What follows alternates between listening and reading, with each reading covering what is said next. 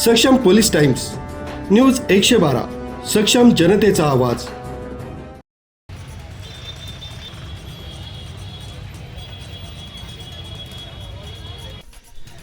देवळाली गावातील अनेक वर्षांपासून सुरू असलेल्या आठवडे बाजारात आज झेरॉक्स नगरसेवक पतीची उघड दादागिरी पाहायला मिळाली। प्रभाग क्रमांक 21 मधील नगरसेविका श्वेता निर्मल भंडारी यांचे पती निर्मल भंडारी यांनी मनपाच्या अतिक्रमण विभागावर दबाव टाकत अचानक कारवाई घडवून आणल्याचा गंभीर आरोप होतोय।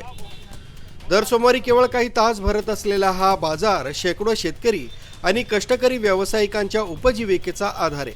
मात्र कोणतीही पूर्वसूचना न देता अतिक्रमण अधिकाऱ्यांवर दबाव आणून भाजीपाला, कॅरेट आणि वजन काटे जप्त करण्यात आले। या कारवाईमुळे गरीब शेतकरी अक्षरशः हवालदिल झाले। आधीच बेमोसमी पावसामुळे संकटात सापडलेल्या शेतकऱ्यांवर ही कारवाई म्हणजे सरळ दंडेलशाही असल्याची भावना व्यक्त होते।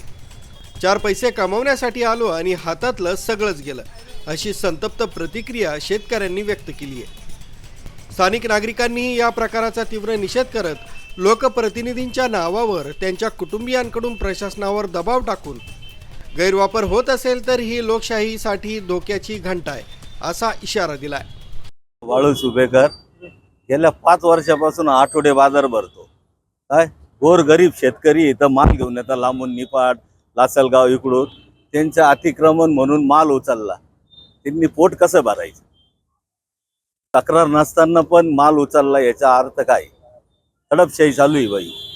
महापालिकेने जागा द्यावा, एक ग्राउंड खाली ह्याच्यात भाजीपाला बसावा, बरोबर आहे का नाही? विनंती बा, गोरगरिबाला तकलीफ देऊ नये कोणी पण। काय आता हे नगरपालिकावाले आले बाई म्हणे तक्रार आहे, कोणाची तक्रार आहे? कुठे गेले ते साहेब लोक? कोणाचीच नाही ना। हे अत्याचार चालू आहे खरं। काय मराठी माणसावर अत्याचार, ते पण स्थानिक।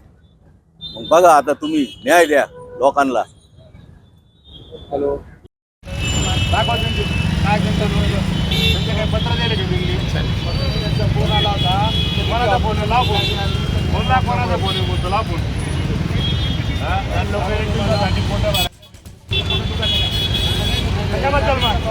तू मनावर ठेव का?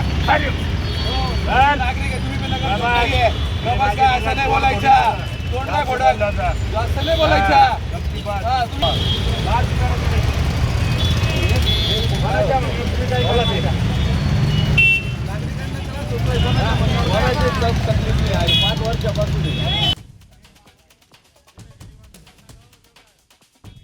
या प्रकरणाची तात्काळ चौकशी करून संबंधितांवर कारवाई करावी, तसंच अतिक्रमण विभागातील अधिकाऱ्यांवर कोणाच्या दबावाखाली ही कारवाई झाली याचीही सखोल चौकशी करावी, अशी जोरदार मागणी होत आहे।